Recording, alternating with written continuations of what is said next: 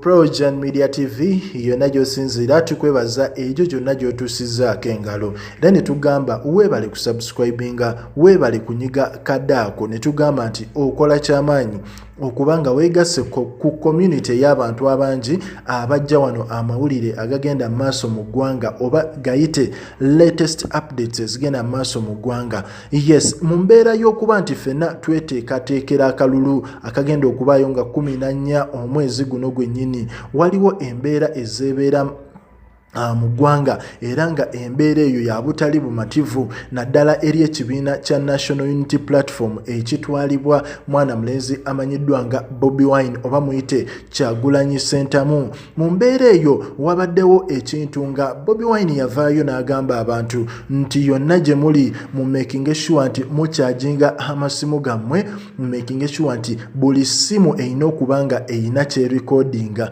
kamera zibeere active, mukkiriza ozikiza kamera zammwe. Ekintu kino kyakuba wala abantu be Electoral Commission era ne basalawo ne bagamba nti ffe tetugenda kukkiriza kamera ku polling station olw'ensonga kamera zino zigenda kuba zitaataaganya engeri gye bagenda obbalamu akalulu, zigenda kuba zitaataaganya privacy y'akalulu, nti omuntu waba alonze candidate we tekyetaagamu exposinga nti gwe yalonze. Abamu bayinza okuba basuubiza okulonda abalala ate gwe omu exposinga nga yalonze yo omulala noba nga omuleetedde obuzibu. So ne bagezaako kubanga bagezaako okugjawo ensonga y'okuba nti balonda oba nga balonda nga kamera zikola ki zibalaba. So Electoral Commission nevaayo n'ekigaana naye pressure ebadde y'amaanyi eri bannayuganda era ne basalawo okuba nti baataddewo embeera ne bagamba nti Electoral Commission oba eyagala oba teyagala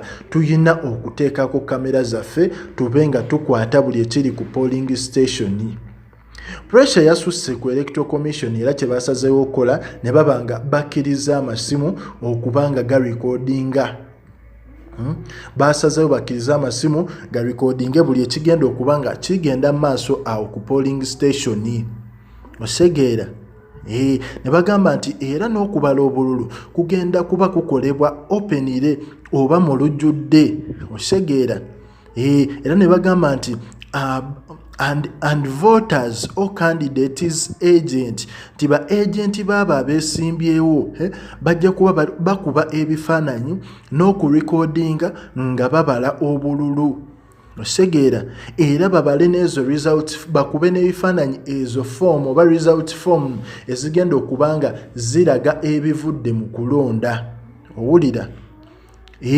Bagezezaako kubanga embeera bajanguya ey'okuba nti buli omu alina essimu ajja kuba asobola okukwata ebintu bino basobole okubanga waliwo clarity mu abantu baleme kubanga beemulugunya nga results zifulumye. Oli okuba ne results endala ku bintu bya recordings n'endala ne results ez'okuba nti bazisomye oba Electoral Commission bano agent abagenda obbaawo bwe banasoma results endala ku zoli za recordings then awajja kubaawo obuzibu. So kyova laba nti Bobi Wine ya encouraginga abantu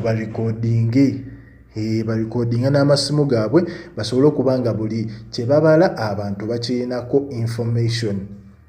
Kale ye update eriwo essaawa zino tugoberera ensonga zino paka gye binaggwera naye ffe tugenda kuba tukuwa gwe weekuumire ku mukutu amawulire mangi gakyajja likinga commentinga o subscribinge.